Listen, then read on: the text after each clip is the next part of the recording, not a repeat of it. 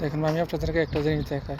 এই যে বাড়িগুলো দেখতেছেন, এগুলো সবগুলোর সাথে সৌদিদের বাড়ি, ঠিক আছে। এখানে একটা নিয়ম, ঠিক আছে, এটা ধরেন বিয়ের পরে বিয়ের দিন থেকে শুরু করে মানে ছেলেরা আলাদা হয়ে যায়, মানে আর মা বাবার সাথে থাকে না।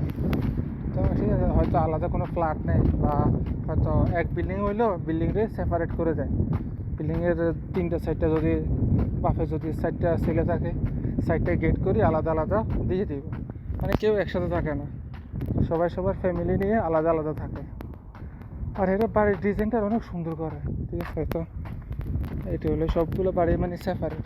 আর বাড়ির সামনেও মানুষ 3-4 জন, ঠিক আছে। বাড়ির ফ্যামিলির সংখ্যা তো 3-4 জনের জন্য ডুপ্লেক্স একটা বাড়ি, ঠিক আছে। এদের পয়সার অভাব না আসলে, আল্লাহ বলে যে সৌদি আরবে একটা রহমত দিয়ে দিয়েছে, ঠিক আছে। এখানে মাড়ে গুনলেও টাকা, আর মাড়ের উপরেও টাকা, এখানে সব কিছু টাকার উপরে পাশে।